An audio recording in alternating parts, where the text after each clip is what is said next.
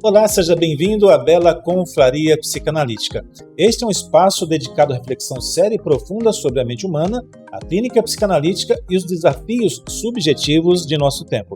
Na aula temática de hoje, vamos explorar mais um assunto extremamente relevante para quem se interessa por psicologia, psicanálise e pelos fenômenos que atravessam a vida contemporânea. Então, se você ainda não for inscrito no nosso canal, aproveite para se inscrever agora mesmo, ativar as notificações e depois, ao final, compartilhar este conteúdo com quem mais se interessa por esses temas. Agora, vamos para a nossa aula. O estranho apego ao sofrimento. Por que será que isso ocorre na vida de tanta gente? Por que será que muitas pessoas ficam de fato e de verdade mesmo apegadas a situações que claramente as fazem sofrer e elas reconhecem isso e ainda assim não conseguem se desvencilhar de tal sofrimento? Olha essas perguntas para a nossa reflexão, para o começo dessa nossa aula. Por que repetimos justamente aquilo que nos faz sofrer? Se dói tanto, por que o sujeito volta sempre ao mesmo lugar? Por que algumas pessoas não conseguem sair de relações que as ferem? O que sustenta a repetição de vínculos destrutivos?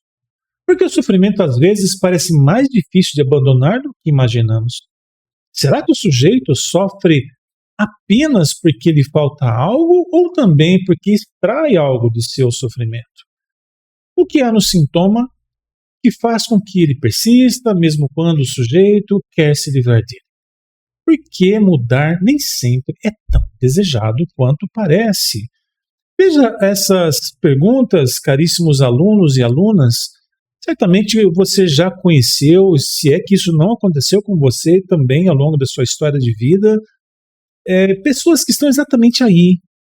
Você já deve ter percebido isso. Pessoas que elas até reclamam, elas até têm consciência de que a vida delas está num ciclo, numa sequência, nas repetições de experiências ruins, ainda assim elas persistem, elas permanecem. E quando conseguem sair, vão para outras experiências muito parecidas e sofrem tudo de novo. Por que será que isso acontece? Na nossa aula, vamos explorar 3 possibilidades e depois uma conclusão. Vamos explorar o conceito de gozo, desenvolvido por Jacques Lacan. Vamos também explorar o conceito de repetição, raízes freudianas mais profundas, e também vamos olhar o que diz a neurociência a respeito desses processos subjetivos, emocionais, mentais, vivenciais, que fazem com que pessoas não consigam sair do circuito de sofrimentos às quais elas se encontram. Primeiro conceito, gozo. Segundo Jacques Lacan, gozo, jouissance, não é simplesmente prazer. Ao contrário, é uma satisfação que ultrapassa o princípio do prazer, isto é, uma forma de satisfação que muitas vezes faz sofrer, excede, invade e, eventualmente, até adoece o sujeito em termos simples. Nem tudo que satisfaz dá prazer. Nem tudo que dá prazer é suportável. E essa distinção é central nessa leitura de Jacques Lacan, na sua clínica, especialmente a partir do seminário Tarde mais tarde na obra Encore. Em linguagem psicanalítica, o sujeito não sofre apenas daquilo que lhe falta. Ele também sofre daquilo em que insiste, daquilo que repete, daquilo que, mesmo fazendo mal, o prende. Isso significa gozo dentro da teoria de Jacques Lacan, ou seja, o desejo se move em torno da falta. Entretanto, o gozo aparece como uma satisfação que gruda literalmente no sintoma, mesmo quando o sujeito diz que quer se livrar dele. Portanto, Lacan está explicando através dessa conceituação que existe uma repetição que busca algum tipo de satisfação psíquica, ainda que não tenha nada a ver com o prazer propriamente dito, mas que vá migrar, como vamos ver mais adiante, para aquilo que é conhecido, para aquilo que retorna essa pessoa como pertencimento, geração de identidade, um lugar suportável, uma situação que ela já conhece, portanto, é uma repetição é um aperfeiçoamento até da teoria freudiana da repetição, mas que não tem a ver com o prazer, é muito mais amplo. Vamos explorar um pouco mais dessa teoria de Lacan. Gozo é a satisfação paradoxal do sintoma. Tem aquela questão dessa dualidade. É bom, mas daqui a pouco não é mais, é ruim, ainda assim tudo se sustenta na mesma centralidade. Isso significa que o sintoma não é apenas um problema, ele é também uma solução inconsciente. Por isso, muitas pessoas não conseguem abandonar aquilo que as faz sofrer. Relações destrutivas, tóxicas, né? Fracassos repetidos, culpa, autossabotagem, muito comum nesse termo na contemporaneidade, dependência de certas cenas emocionais e etc. Ou seja, o corpo, o sintoma, vai comunicar aquilo que o próprio inconsciente não conseguiu simbolizar, que a pessoa não conseguiu simbolizar, então vem como uma solução inconsciente, praticamente uma somatização que aparece no corpo em decorrência dessa repetição de gozo e que o sujeito ele não conseguiu simbolizar, agora o corpo fala. Então, diante de certas situações, a pessoa chora, tem dor de cabeça, ela tem uma ansiedade, ela tem uma irritabilidade. Sabemos que o corpo é a linguagem primária das emoções. Então, o que ocorre? Ela sempre procura a mesma relação destrutiva. E ela sempre chora, ela sempre fica angustiada, ela sempre tem medo, e esse sintoma se manifesta no corpo, a angústia vem o sintoma no corpo físico dela, então vai ficar suando, vai aparecer mancha e outras muitas somatizações possíveis, e essa própria linguagem do corpo faz com que ela imagine, poxa vida, estou repetindo mais uma vez uma situação, estou vivendo isso aqui, mas isso eu já conheço. Ela até falou, quer ver? Vai me dar uma dor de cabeça terrível. Certeza que eu vou ter uma dor de estômago. É certeza que eu vou ficar suando frio. Ela já conhece.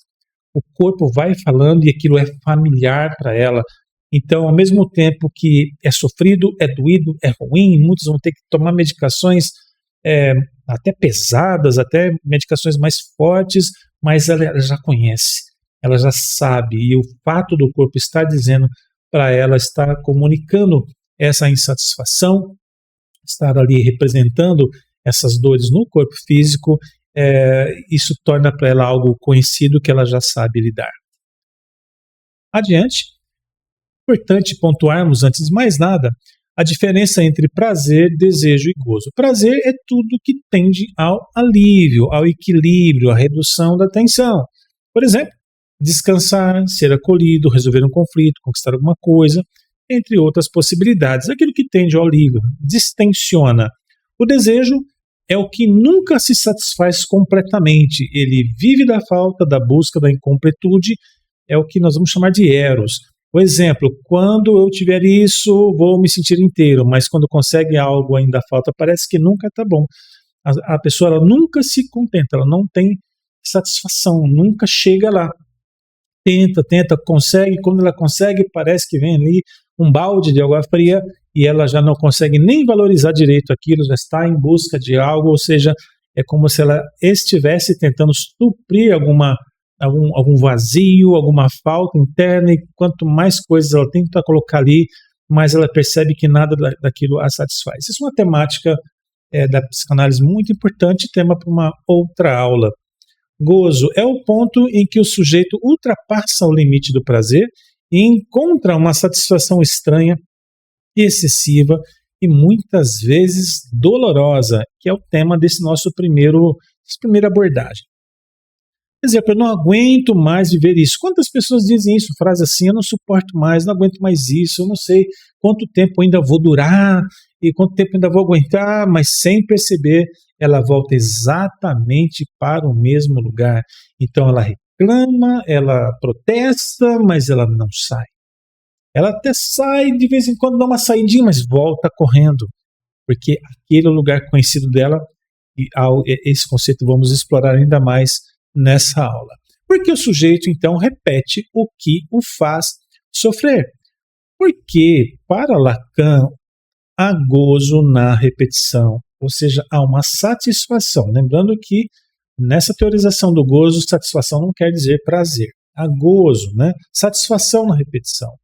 O sujeito não repete só porque não aprendeu ou não superou. Ele repete porque naquela cena existe uma forma de satisfação inconsciente. Então, a pessoa que sempre escolhe parceiros indisponíveis, então ela sempre vai se apaixonar por quem não está disponível, ou desejar ou querer algo de alguém que não tem condições. O sujeito que vive precisando fracassar perto do momento de crescer, parece que ela se sabota, parece não, né? Ela se auto-sabota. Alguém que precisa ser injustiçado para sustentar certa posição subjetiva, parece que ela até provoca isso, ela tem essa satisfação de ser injustiçada, porque ser injustiçado é algo que ela já conhece. Quem vive em relações em que reclama o tempo todo, mas não sai, essa então é uma das mais comuns. Do lado consciente, isso aparece como dor. Do lado inconsciente, há o gozo sustentando tudo aquilo.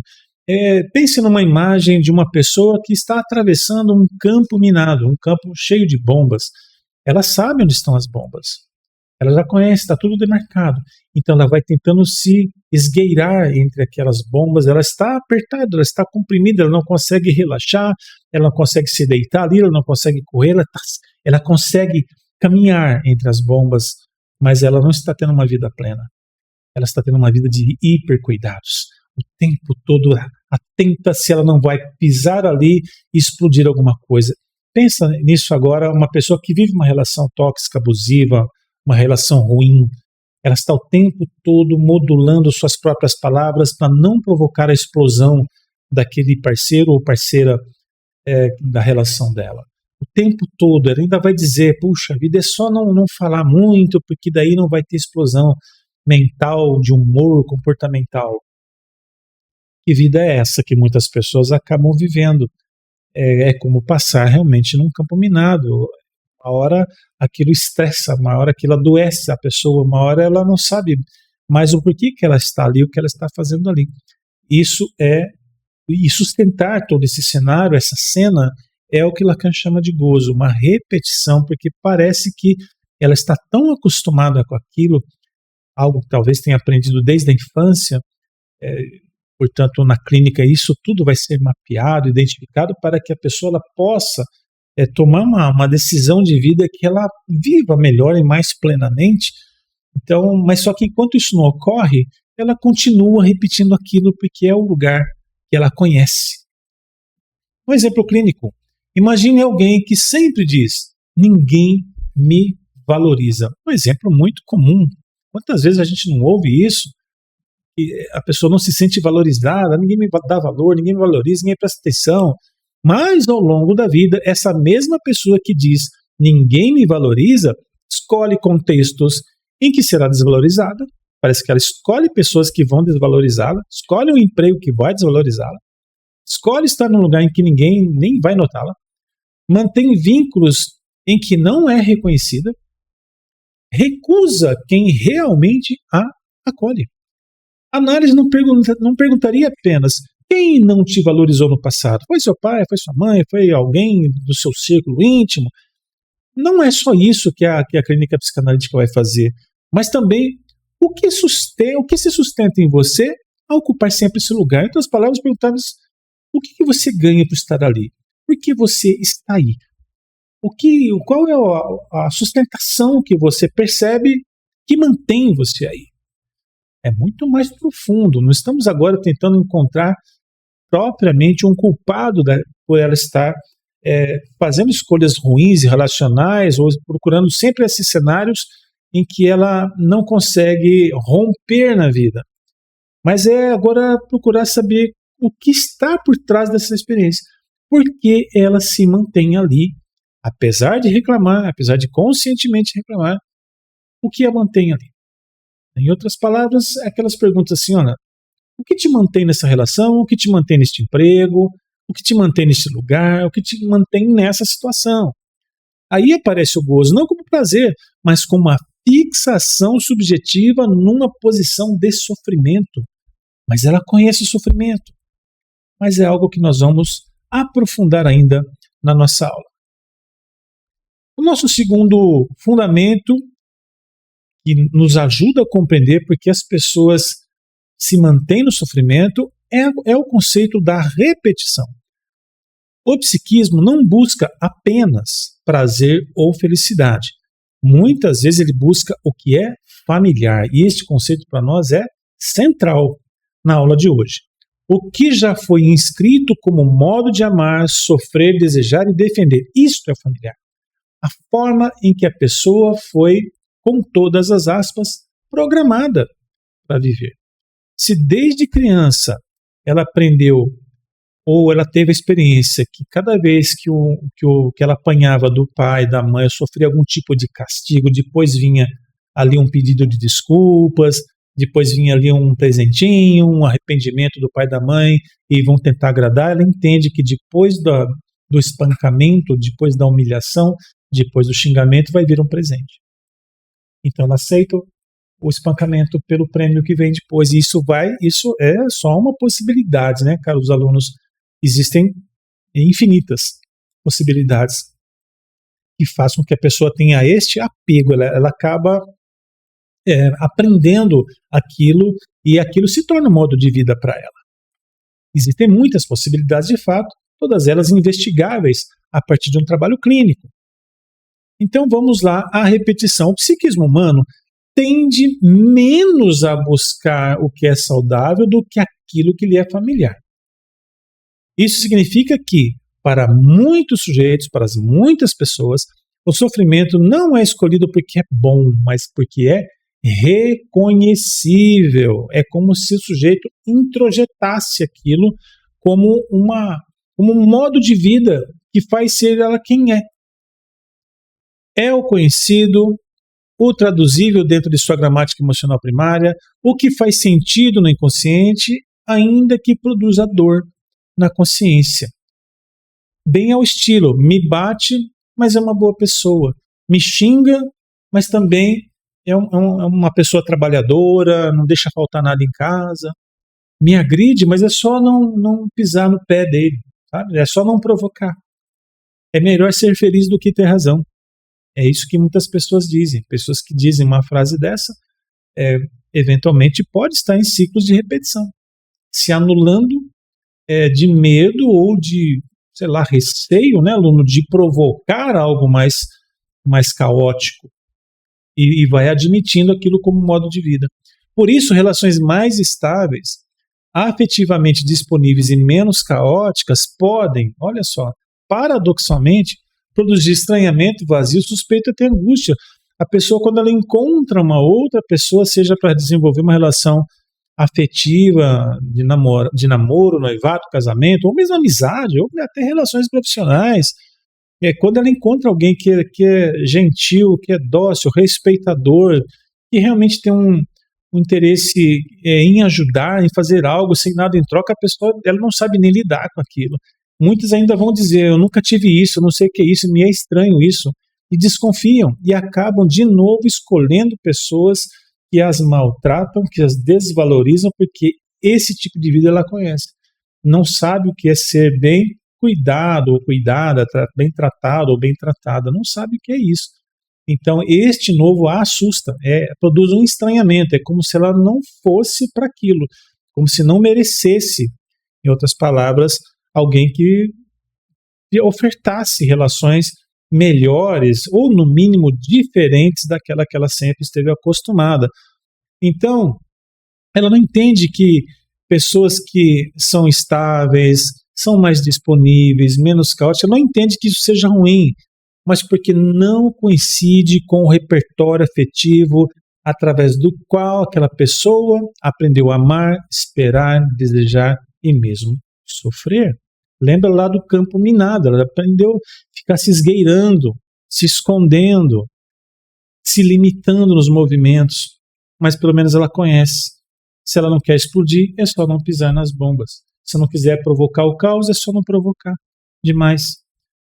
Essa é uma contribuição clínica muito importante, caros alunos, sobretudo quando se trabalha com pacientes que dizem eu sempre atraio o mesmo tipo de pessoa, quando alguém me trata bem eu até estranho, parece que eu só me envolvo com quem não pode me dar mais o que eu preciso, ou não pode dar o que eu preciso, eu sei que isso me faz mal, mas não consigo sair Quantas pessoas dizem isso? Eu não consigo sair. E quando sai, sentem-se culpadas, sentem que fizeram algo ruim, porque, via de regra, se ela está se relacionando especialmente com alguém que tem um transtorno de personalidade narcisista, aí o caos se instala de maneira mais profunda, porque ela vai sempre achar que ela está errada, sempre achar que ela está devendo alguma coisa e que ela foi a parte errada mesmo, faltante daquela relação. Do ponto de vista psicanalítico, não basta interpretar isso como fragilidade ou dependência. É preciso escutar que cena inconsciente se repete ali, que lugar subjetivo se reencena. Lembra que a gente viu no slide anterior? Não é perguntar quem foi que te fez isso para você ter esse tipo de situação numa leitura traumática, mas o que é que te sustenta aí nessa posição que claramente você mesmo, paciente, está dizendo que é ruim. Sim? Então, nessa hora em que a clínica ela se aprofunda muito para que ela entenda, ela traga esse inconsciente para ela saber o que é que está sustentando aquilo. Se é uma vida que foi programada, com aspas, daquela forma, ela pode reprogramar, novas aspas, para viver uma vida mais livre, mais leve, mais que ame a si próprio e que busque o melhor também para si próprio. Em termos psicanalíticos, a repetição ocorre por alguns motivos centrais, vamos ver alguns. O primeiro motivo, compulsão à repetição, termo psicanalítico muito conhecido. Freud percebeu que o sujeito frequentemente repete experiências dolorosas, mesmo quando isso parece irracional.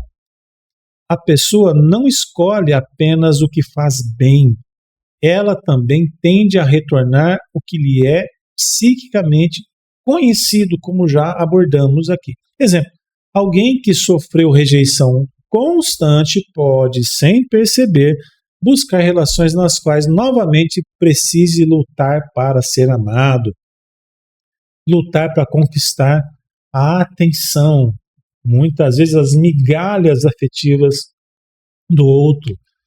Ela toma uma bronca do outro, mas daí quando o outro resolve fazer um afago para dar uma palavra positiva, é como se um sol raiasse na vida dela. Muitas vezes as pessoas estão vivendo de migalhas, lutando para ser notado, lutando para ser importante, lutando para ser amado. A lógica inconsciente não é quero sofrer, mas sim é assim que o amor existe para mim. Lembra daquele exemplo? Leva um castigo, depois leva um agrado. Leva a entender que isso é amor. Alguém que primeiro bate, depois agrada. Porque agradar sem bater bater no sentido figurado, claro. Bater, levar alguma coisa, ou pelo menos ser amado, ter atenção, sem antes ter um castigo, ela desconfia. Ela vai achar que tem alguma coisa errada. Por isso que muitas pessoas não conseguem se conectar afetivamente com pessoas que não oferecem castigos ou relações ruins. Ela acha que tem alguma coisa, ela fica desconfiada, essa pessoa não me trata mal, ou se ela não trata mal, alguma coisa está por trás, aquele lá que me maltrata pelo menos é transparente, já sei o que esperar dele. Ou seja, ela está sempre desconfiada de alguém que é diferente. Acha que tem algum engano, está me enganando. É como se ela temesse gostar daquela pessoa e depois ela se ver enganada, se sentir enganada e manipulada, e ela acaba retornando lá para aquela agressão. Então ela não consegue realmente confiar em alguém que ofereça alguma coisa diferente daquela que ela aprendeu como amor, ainda que de maneira extremamente distorcida. Um segundo tópico a respeito da repetição: o inconsciente prefere o conhecido ao saudável. Aprofundando então o conceito anterior, aquilo que foi vivido na infância, especialmente nas relações primárias, pode se tornar uma espécie de mapa afetivo interno. Se o sujeito aprendeu, por exemplo, que o amor vem com a crítica, exemplo que demos agora há pouco, cuidado vem com controle, não deixa fazer nada, não pode falar com ninguém, não pode ter nenhum amigo, não pode nada pode, a pessoa entende, não, ela só quer meu bem, só está me preservando, na verdade só está aprisionando mesmo, pôs em cativeiro.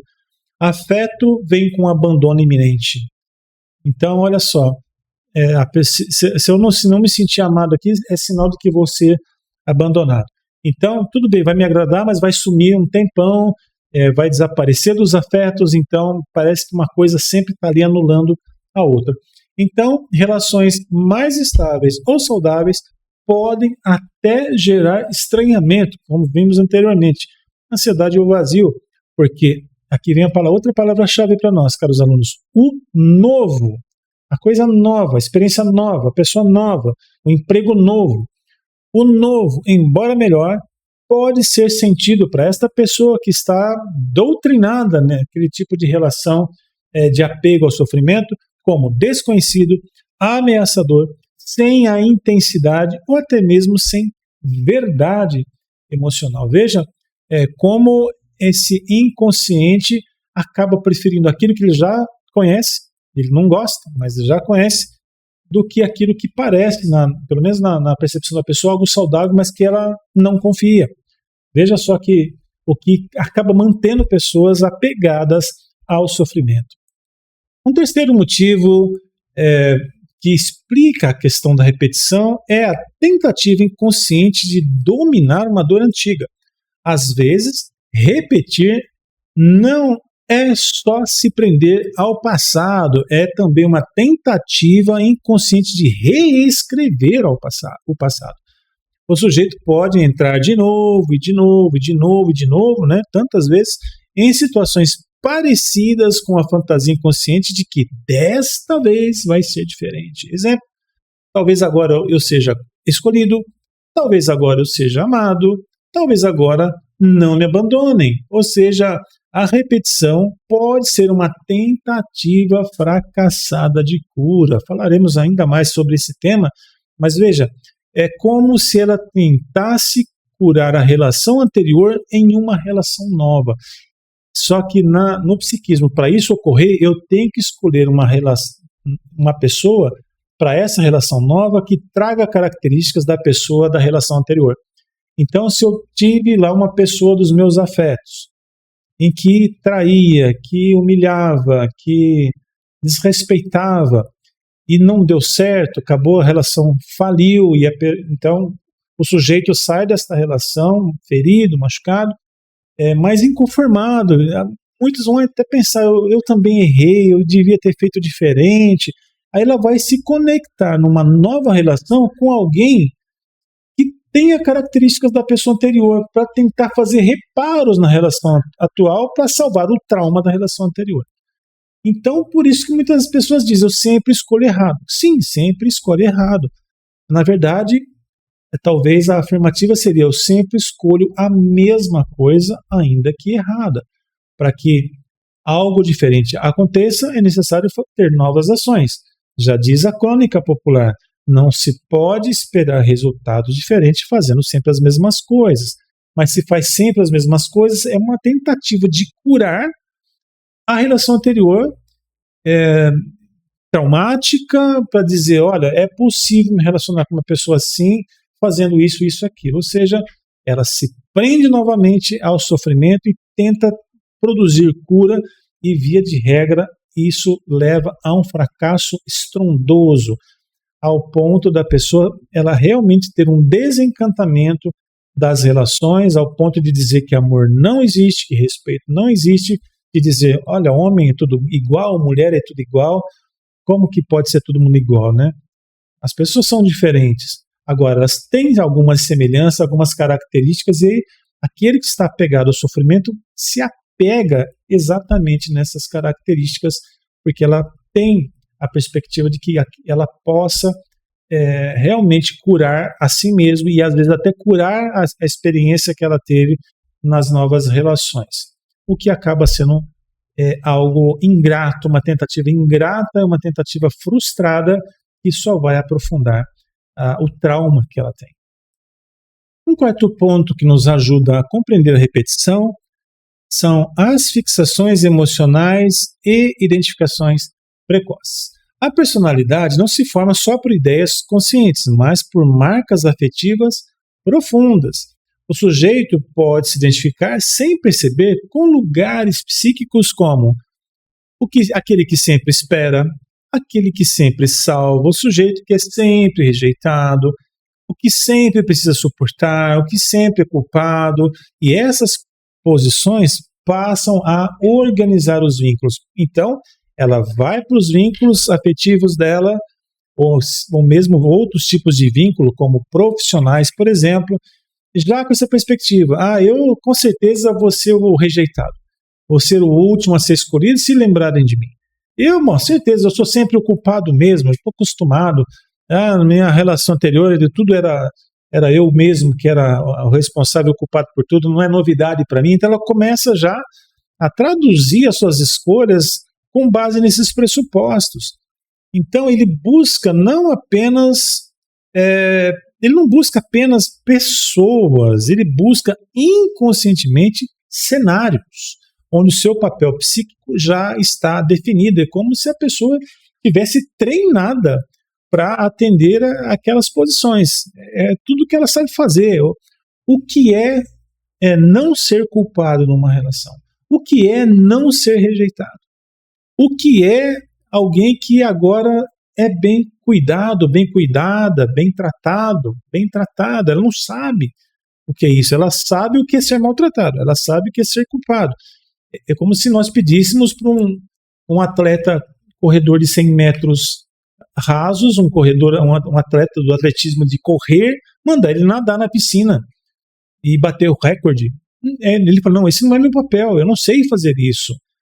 E é tão distante uma modalidade da outra, como para essas pessoas é tão distante não ser o culpado, não ser o rejeitado, não ser aquele que precisa fazer tudo para todo mundo. Quantas pessoas reclamam e dizem isso em clínica? Puxa, esperam que eu faça tudo, ninguém me ajuda, sou só eu, se eu não faço as coisas, ninguém faz. E ela continua fazendo, e ela continua fazendo, e ela continua repetindo aquilo, mas está sempre pontuando. Olha, se eu não faço, estraga tudo. Se eu não lavo a louça, ninguém lava a louça. Se não sou eu quem faz isso, ninguém vai fazer. Claro que ninguém vai fazer. As pessoas sempre faz, ela sempre faz.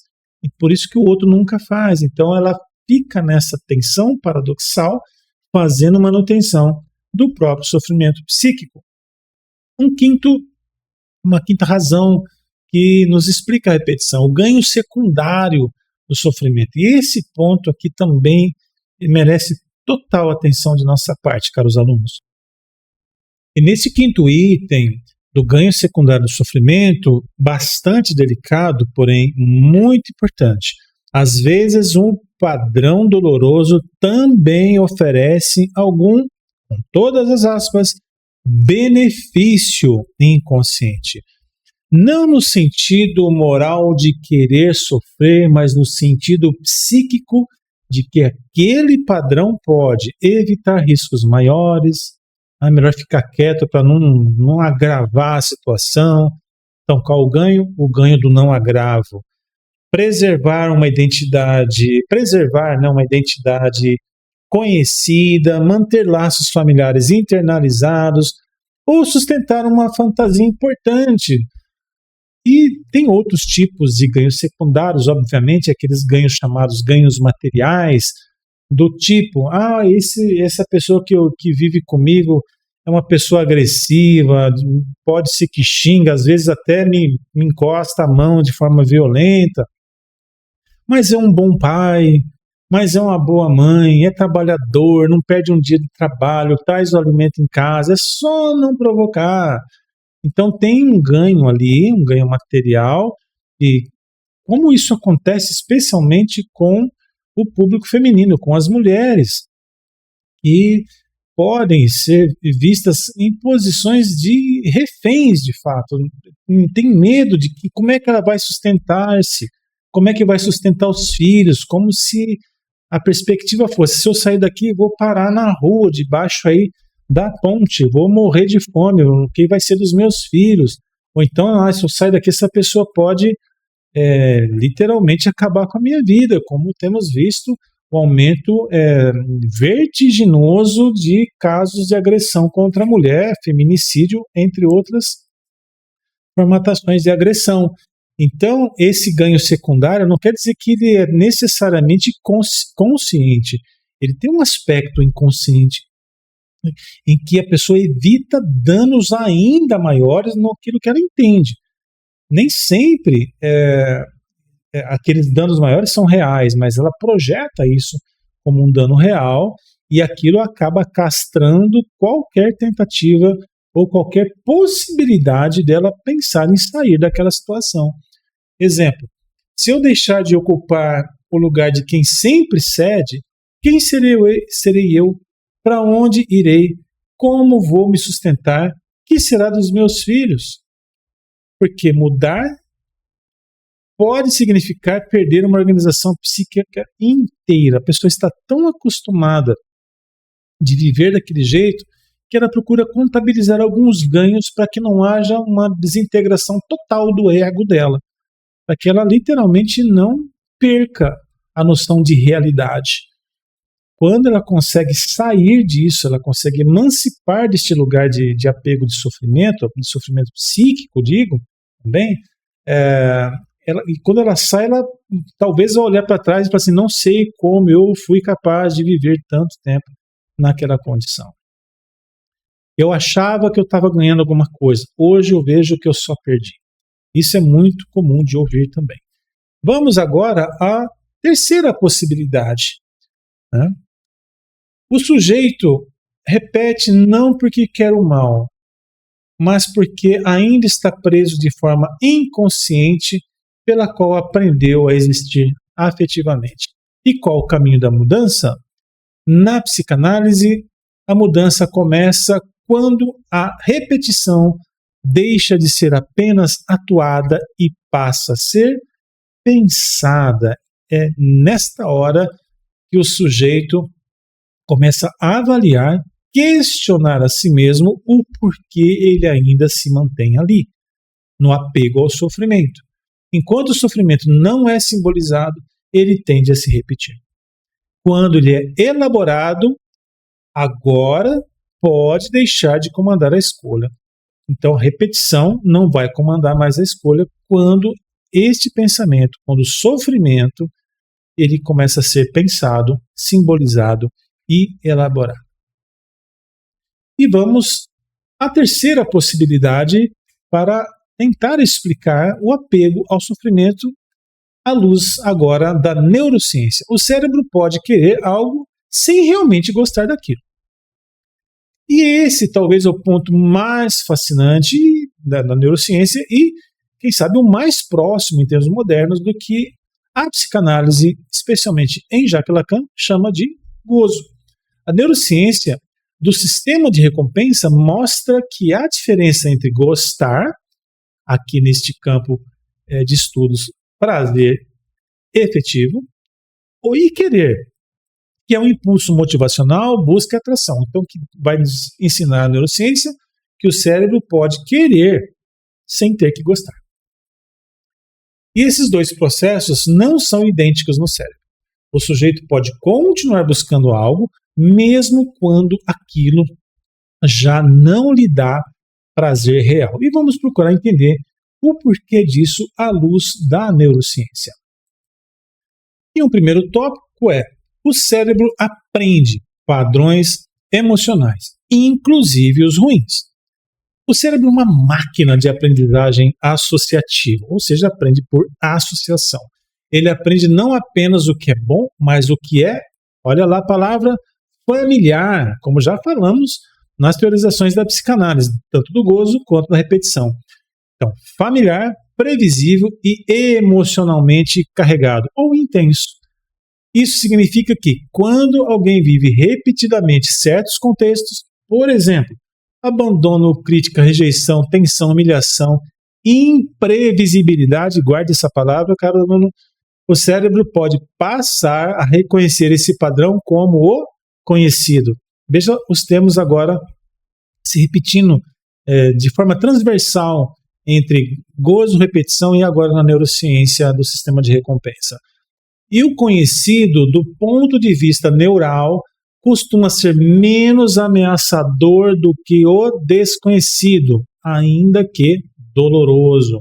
Por exemplo, uma pessoa criada em um ambiente emocionalmente instável pode, sem perceber, sentir-se estranhamente em casa, ou seja, se sente em casa mesmo, é estranho, mas ele se sente em casa.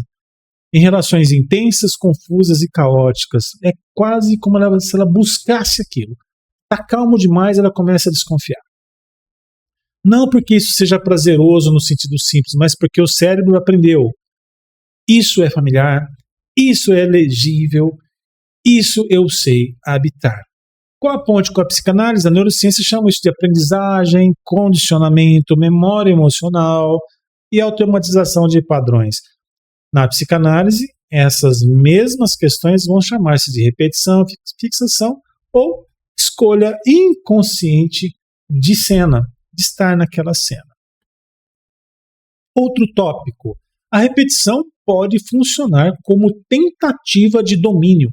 Isso é muito importante. O cérebro também tende a repetir situações emocionalmente marcantes como uma espécie de tentativa de resolução inacabada. Lembra, caro aluno, do conceito que nós falamos na repetição, quando há uma tentativa fracassada de cura, como se ficasse um ciclo em aberto de uma situação, uma experiência anterior, que eu tento fechar esse ciclo anterior abrindo um novo ciclo. Em linguagem neuropsicológica, experiências intensas deixam marcas em circuitos de ameaça, recompensa, apego, memória emocional e antecipação, que são recursos do nosso cérebro, do nosso psiquismo.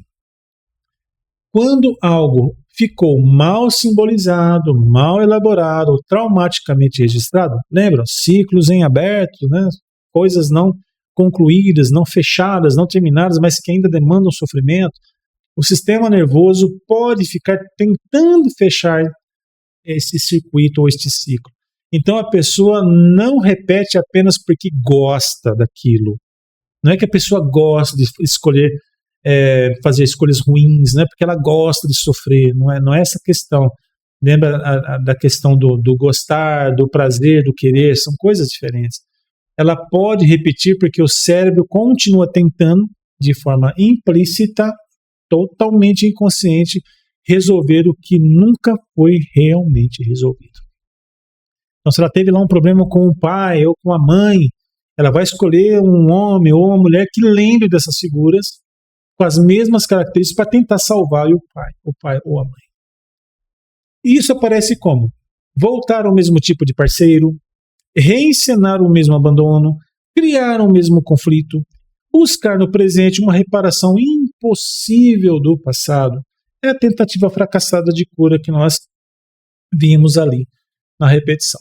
A ponte com Freud e Lacan é fortíssima nesse conceito, porque Freud falou da compulsão à repetição, como já vimos, e a neurociência falaria em memória emocional implícita, circuitos de previsão, aprendizagem por reforço e reativação de redes emocionais condicionadas.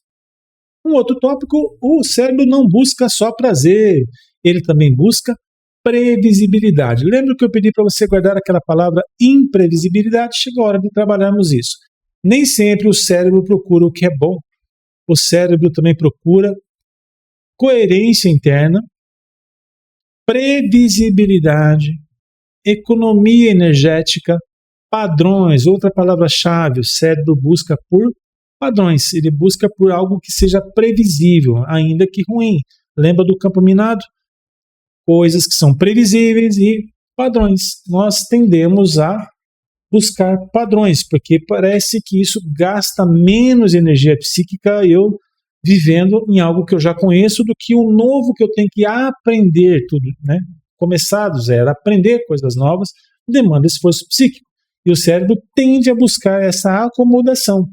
A pessoa fica acomodada literalmente, porque aquilo representa menos gasto de energia. Sair de um sofrimento conhecido pode gerar mais ansiedade, mais gasto psíquico do que permanecer nele. Por quê? Porque mudar, ir em direção ao novo, mudança, exige novas respostas, mais esforço, então, portanto, cerebral, então, novas respostas neurais quebra de automatismos, tolerância à incerteza, reorganização emocional. E então o cérebro muitas vezes prefere um sofrimento previsível a uma liberdade incerta. É como se o nosso cérebro fosse preguiçoso. Não é, mas é como se houvesse essa preguiça, essa falta de criatividade para aquilo que faz a pessoa sofrer. Note, existe a teoria das inteligências múltiplas, também a teoria da inteligência emocional. A pessoa ela pode ser brilhante profissionalmente, pode ter um sucesso realmente profissional, ganhos financeiros altos, mas afetivamente ela pode estar presa no sofrimento, fazendo escolhas ruins o tempo todo.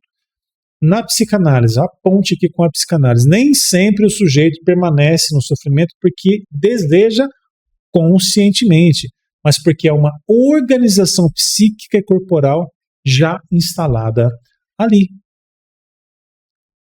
Um outro princípio aqui da neurociência que nos ajuda a entender os processos de repetição e de apego ao sofrimento. Dopamina não é o hormônio do prazer, ou só.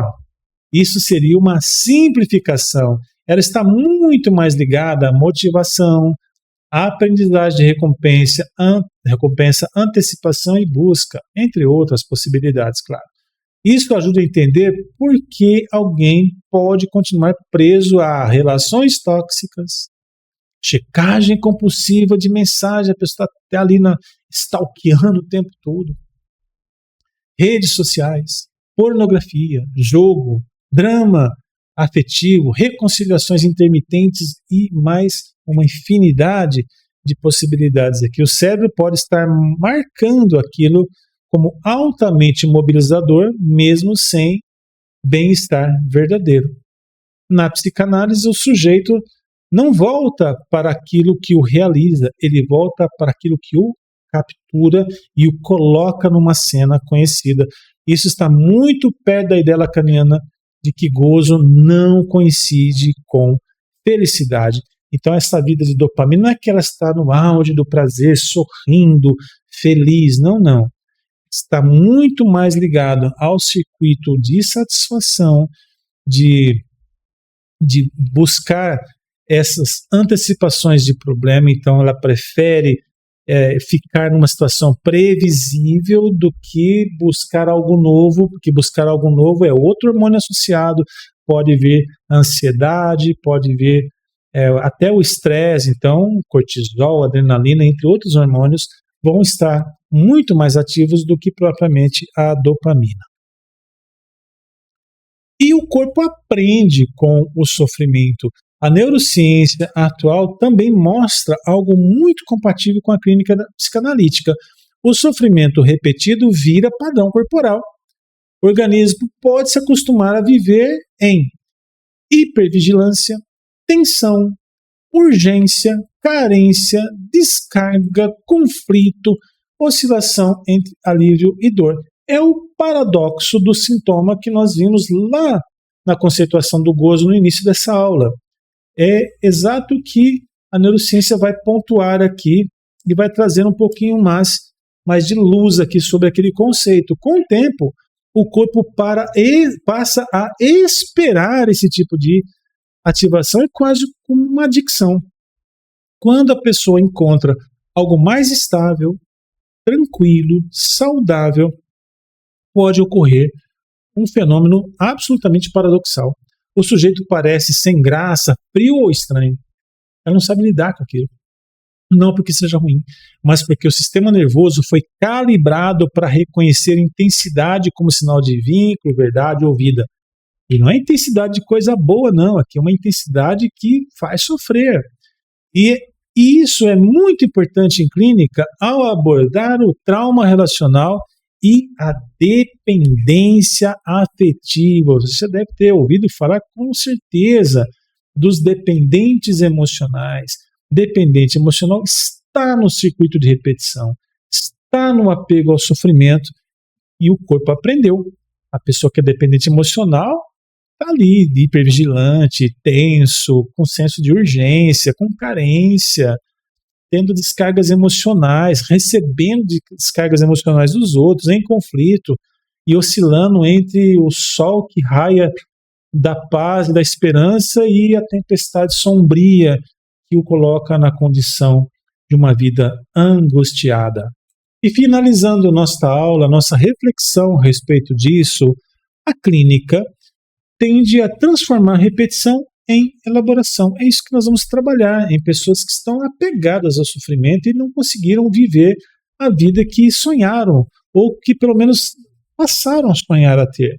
À luz da psicanálise, o ser humano tende a buscar ou reencontrar certos padrões emocionais e relacionais, mesmo dolorosos, porque o psiquismo não se organiza apenas pela busca do prazer e bem-estar, mas também pela repetição que o constituiu. Temos aqui uma frase, né, para resumir tudo que nós falamos aqui. E o sujeito não retorna necessariamente ao que deseja conscientemente, mas frequentemente aquilo que, em nível inconsciente, ainda, grifo aqui nessa palavrinha, ainda organiza sua forma de existir afetivamente. E talvez uma das tarefas mais profundas e fundamentais da clínica seja justamente essa, caros alunos: oferecer condições para que aquilo que se repete como destino possa, enfim, ser elaborado como experiência. Isso é vital. Uma coisa era estar no circuito da repetição, outra coisa era olhar o que ela viveu e aquilo se tornar experiência e não mais repetição. Porque, do contrário, é como se ela estivesse vivendo uma sentença, como se ela estivesse condenada a viver daquele jeito para o resto de sua vida. Então, o circuito de repetição do gozo, ele é um destino ou ele é apenas uma experiência, ou deveria ser uma experiência que ensina o sujeito a viver melhor e fazer melhores escolhas. A escuta psicanalítica não visa simplesmente ensinar o sujeito, já que falamos de escolha, a fazer escolhas melhores, embora isso possa emergir como efeito do processo, como resultado, como falamos. Sua aposta é mais radical, porque trata-se de possibilitar que o sujeito reconheça a lógica inconsciente que implica naquilo que ele repete. Olha só que interessante. Elaborar, simbolizar e ver o que me sustenta neste lugar de repetição. A repetição só perde parte de sua força, pelo menos no início, depois ela vai perder totalmente, quando deixa de ser atuada, quando deixa de ser apenas um campo, um cenário em que o sujeito atua e começa a ser pensada, falada e simbolizada. É dar nome realmente às emoções. Esse é talvez um dos movimentos mais importantes do trabalho clínico, transformar o que antes era vivido como destino em algo que possa ser reconhecido como história, enfatizando aqui essa questão de que a experiência psíquica não precisa ser uma condenação, não precisa ser uma sentença na vida do sujeito. Precisa e pode ser pensada, falada, simbolizada, elaborada para que, após essa experiência profunda, esse mergulho em si mesmo, ela pode, aí sim, como parte do processo, fazer melhores escolhas. Vamos ficando por aqui. Bons estudos! Chegamos ao final de mais uma aula temática. Eu espero que as reflexões aqui apresentadas contribuam para ampliar o seu olhar sobre esse tema tão relevante. E se este conteúdo fez sentido para você, deixe o seu comentário, compartilhe esta aula e, é claro, inscreva-se aqui no nosso canal. Valeu, obrigado e até a próxima aula.